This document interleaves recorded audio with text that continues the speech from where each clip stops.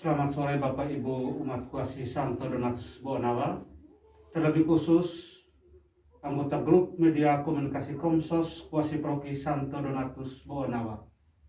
Pada sore hari ini, sesi Komsos menyajikan program khusus, yakni program Komsos Menyapa, dengan tema makna masa puasa, masa tobat dalam kesunyian batin. Telah hadir bersama-sama dengan kita pada sore hari ini Ketua Seksi Liturgi Kuasi Paroki Santo Donatus Bonawa, Ibu Maria Yuliana Ngole. Selamat sore. Sehat-sehat Ibu? Puji Tuhan. Terima kasih atas kedatangan Ibu memenuhi undangan kami Komsos dalam program Komsos Menyapa. Kita langsung Ibu, kita memasuki masa Prapaskah atau masa puasa, masa tobat, masa yang penuh rahmat, di mana kita menerima dan menandai dengan abu. Mengapa orang Katolik membubudahinya dengan tanda salib pada hari Rabu? Kira-kira apa itu? Baik, terima kasih. Selamat sore para pendengar, di mana saja berada. Orang Katolik mulai mengawali masa Prapaskahnya dari hari Rabu Abu. Dan hari Rabu Abu itu orang Katolik menandai dirinya dengan menerima abu. Menandakan dirinya itu dengan memberi tanda salib dengan abu di dahinya. Sebab menurut Injil, tanda di dahi adalah lambang kepemilikan seseorang.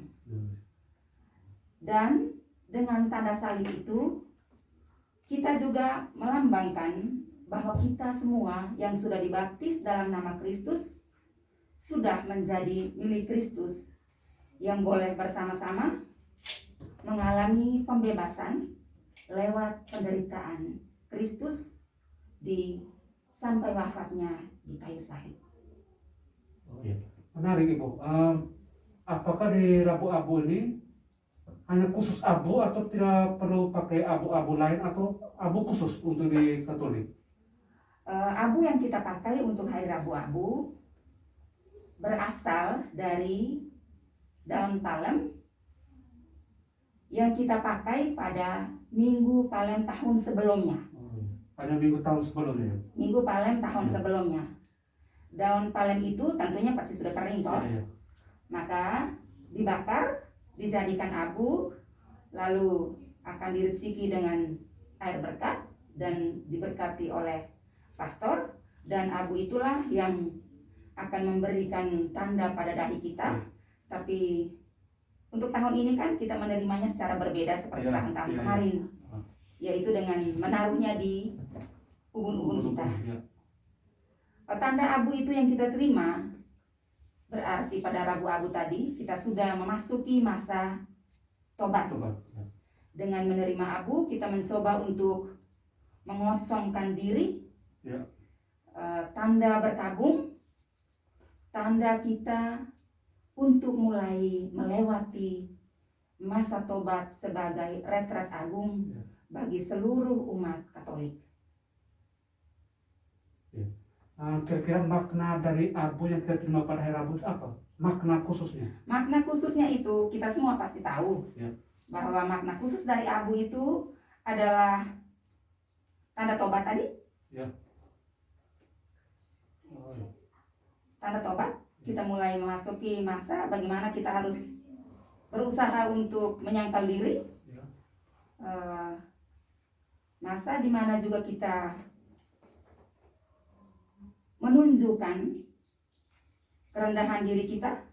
Kalau di kitab suci perjanjian lama kan orang berkabung, orang menunjukkan dirinya berdosa dengan kerudung, dengan memandikan dirinya dengan tanah, melumuri dirinya dengan debu. Tapi zaman sekarang kan kita tidak menggunakan cara itu.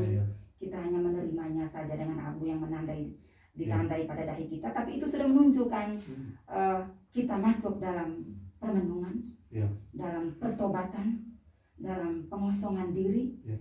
dalam perkabungan, kita melewati masa-masa bersama dengan Kristus Ya. yang akan menderita di salib. Terus yang kedua Ibu, mengapa masa Prapaskah itu berlangsung selama 40 hari lamanya?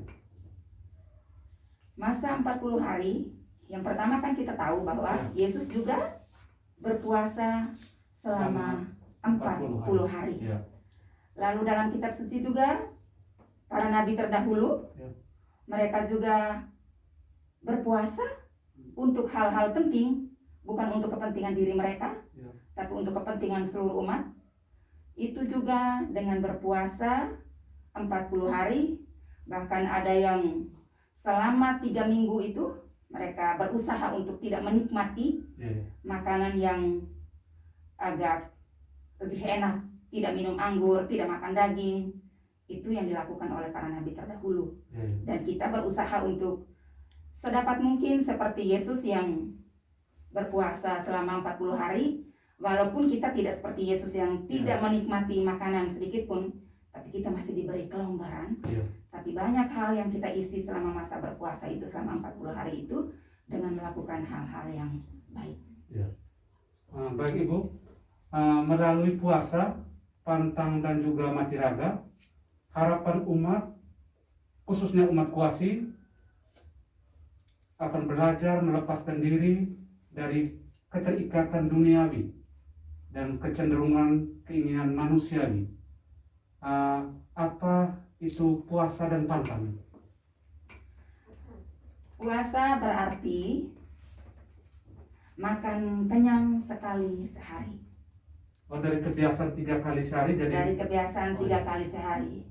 Kita itu kan sangat terikat dengan hal duniawi. ya. Bahkan ada yang makan lebih dari 3 kali. Ya. Bahkan makan sampai menimbulkan penyakit. Ya. Tetapi di masa puasa itu kita coba untuk mengekang, Ya. mengendalikan kita punya keinginan dengan makan kenyang sekali sehari. Makan kenyang sekali sehari itu bukan berarti kita hanya 1 kali makan. Ya. Kan banyak sekali praktek yang keliru selama ini, Ya. Ya. bahwa kalau Jumat puasa orang mulai tidak makan. Ya. Tapi kita dianjurkan tetap makan. Bahkan 3 kali makan. Tetapi yang kenyang itu sekali. Ya. Maka kita boleh pilih makan kenyang pagi kah, siang kah, atau malam. Tapi yang jelasnya bahwa puasa berarti makan kenyang sekali sehari. Kalau pantang berarti kita memilih Ya. salah satu jenis makanan yang untuk kita pantang. Tapi yang wajib itu kan pasti Ya. daging. Ya. Lalu zaman sekarang itu kan banyak sekali tawaran Ya. yang kira-kira kita bisa melupakan untuk berpantang. Cobalah kita mungkin pada hari-hari Jumat, hari puasa, pantang nonton sinetron misalnya, Ya. pantang makan yang manis misalnya, pantang pegang HP misalnya. Kalau anak-anak sekarang kan hampir 24 jam mereka harus ditemani dengan media sosial. Apakah bukan hanya anak-anak ya, Ya. Ya. tapi bahkan orang dewasa Ya. Ya. juga mereka hampir harus ditemani dengan media sosial selama 24 jam. Mungkin dalam masa Prapaskah itu Ya. salah satu yang perlu kita pantang itu adalah di hari Jumat. Kita pantang pegang Ya. HP, salah satu. Ya. Selain yang makanan tadi. Ya. Ya. Itu saja. Ya, seperti saya Ibu, kebiasaan isap rokok kopi ya kita harus salah satunya kita harus atau kedua-duanya. Bu? Lebih bagusnya dua-dua. Oh iya. Lebih bagusnya dua-dua. Mana yang lebih banyak kita konsumsi selama ini, Ya. mestinya itu yang coba kita pantang. Ya. Rokok kan setiap hari, Ya. Ya. kopi kan pagi sore, Ya. Ya. bahkan bisa 3 kali minum.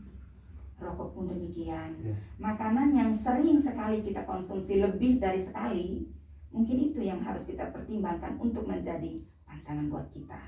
Jadi Ibu yang terkait dengan pantang yang selama ini dilihat bahwa mereka berpantang itu setiap hari Jumat. Padahal itu tuh sebenarnya selama masa puasa itu. Oh. Lebih penting kan hari Jumatnya. Ya. puasa dan pantang itu yang wajib kan hari Jumatnya. Iya. Tapi memang yang wajib itu adalah Rabu Abu dan Jumat Agung. Iya. Itu yang wajib. Oh iya. Rabu Abu dan Jumat Agung. Nah, terus Ibu, kapan dan bagaimana puasa itu dilakukan? Puasa dan pantang kita mulai pada hari Rabu Abu jelasnya. Iya. Nah, yang jelasnya pada hari Rabu Abu kita sudah mulai. Ya. Dan itu untuk semua orang yang usia produktif. Ya. 14 tahun Ya. sudah bisa pantang. 16 tahun sudah bisa puasa. Tapi tidak menutup kemungkinan orang yang umur 60-an atau memang? Yang di atas 60 kalau dia sanggup. Iya. Kalau dia sanggup. Iya. Tapi jangan sampai mungkin dia makannya kenyang sekali sehari, dia sudah perutnya sudah tidak bisa lagi Iya. disesuaikan dengan usianya. Jangan sampai mendatangkan hal yang tidak diinginkan. Iya. Tetapi yang wajib adalah di bawah 60 Iya. tahun itu.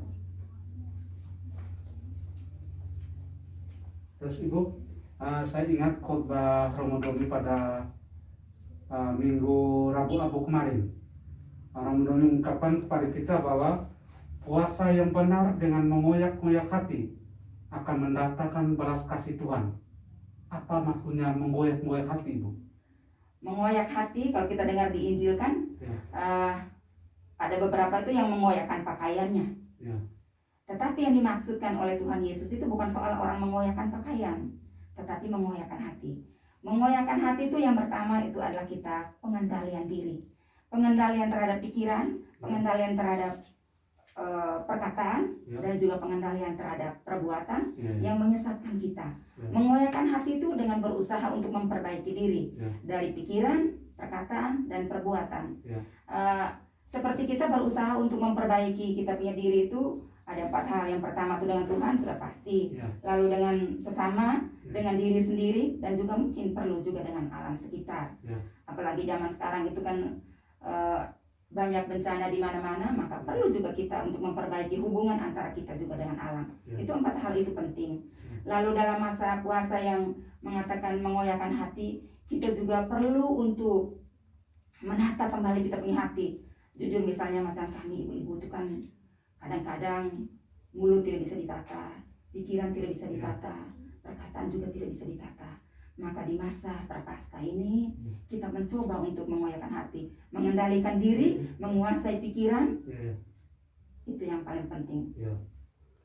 Kira-kira seperti kehidupan kita di Kuasi Proki Santo Donatus Bonawa ini, kira-kira kegiatan apa saja yang cocok dilakukan pada hari masa prapaskah ini sehingga tidak menentang dengan pantang dan puasa? Kegiatan apa yang paling cocok? Memang kalau dalam hubungan dengan pantang dan puasa, kegiatan yang harus kita buat itu bukan hanya soal pada masa prapaskah, Ya. tapi dalam sepanjang hidup kita itu ada beberapa hal. Yang pertama itu doa sudah pasti bahwa itu wajib, pantang puasa itu wajib, dan juga amal. Dan itu kita tidak lakukan hanya pada masa prapaskah, tetapi kalau seandainya selama ini kita tidak melakukannya, kita lupa melakukannya, maka di masa prapaskah ini beberapa hal itulah yang perlu kita lakukan, kita hidupkan. Pantang, puasa, doa, amal, dan juga seperti saat ini kan kita sedang di Kuasi, kita kan sedang ada pembangunan. Tindakan apa yang nyata yang mesti kita buat supaya pembangunan Kuasi kita bisa berjalan dengan lancar, turut terlibat secara aktif.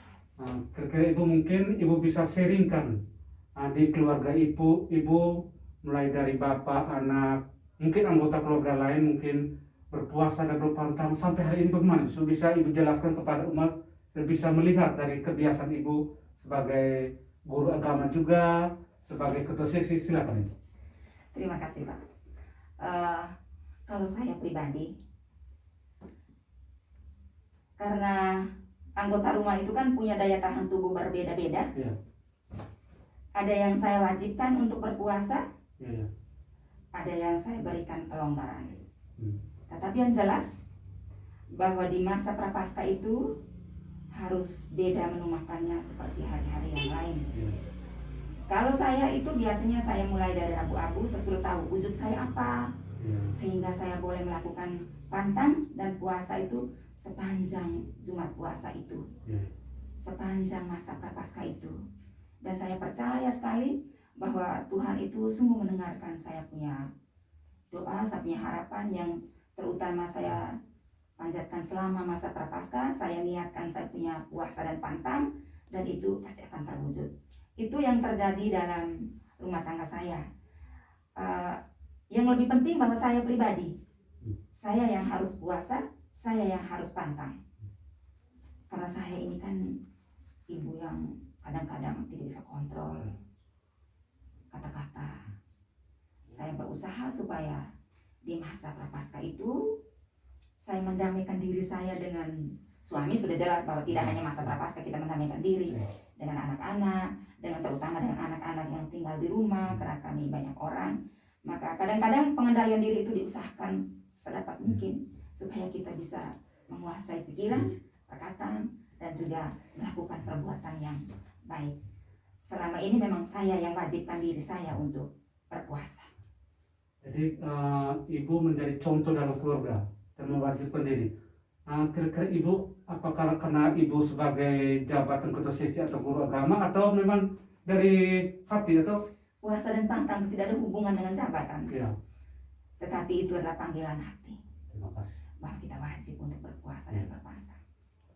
Oke ibu, sebelum kita berakhir program ini, mungkin ibu bisa gambarkan kepada umat kuasa sekalian harapan ibu sisa waktu masa prapaskah ini, sehingga masa prapaskah dalam setahun sekali bisa bermanfaat bagi sesama kita, lingkungan dan KUB.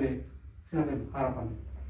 Harapan saya sebagai seksi liturgi kuasi. Yang pertama pasti dalam hubungan dengan urusan liturgi di gereja, terutama di minggu-minggu yang sisa ini, kita cobalah lebih aktif, berusaha untuk yang tidak pernah datang misa. Memang walaupun selama ini dengan masa pembatasan sosial, tetapi Tuhan akan melindungi kita. Maka ketika hati kita merasa ringan untuk datang ikut perayaan Ekaristi, kita berjuang sedapat mungkin untuk mengikuti perayaan Ekaristi, karena dengan perayaan Ekaristi itu juga menghidupkan semangat kita untuk berpuasa, berpantang, bermati raga, untuk menyangkal diri. Dan di minggu yang sisa ini mungkin banyak hal yang perlu kita lakukan untuk kita punya kuasi. Selain liturgi, juga pembangunan dan perbaikan hubungan kita dengan sesama dan terutama dengan Tuhan Sang Pencipta. Oke, terima kasih Ibu. Kita sudah sampai dalam penghujung program kita. Terima kasih atas permintaan kami telah memenuhi undang kami untuk lewat program Komsos Penyapa pada hari. Sekali lagi terima kasih Ibu. Terima kasih juga untuk kesempatan diberikan kepada saya. Saya juga mohon maaf, mungkin jawaban saya, sharing saya tidak terlalu menyenangkan para pendengar. Saya mohon maaf karena itu saya ungkapkan dari segala kesederhanaan yang saya miliki, keterbatasan saya. Terima kasih banyak untuk kesempatan ini. Baik, Bapak Ibu sekalian, umat kuasi, juga anggota grup media Komsos Kuasi Paroki Santo Donatus Bonawa, Bapak Ibu sekalian, Rasul Paulus berkata, berilah dengan diri didamaikan pada Tuhan, berdamai dengan sesama dalam memasuki masa tobat. Pada prapaskah ini, bukalah hati perilaku kita agar lebih berdaya guna untuk kita pribadi, sesama, di tengah umat, lingkungan, dan KUB kita. Sekian program Komsos Menyapa pada hari ini, 27 Februari 2021. Kita ketemu pada program Komsos Menyapa pada minggu depan. Sekian dan terima kasih.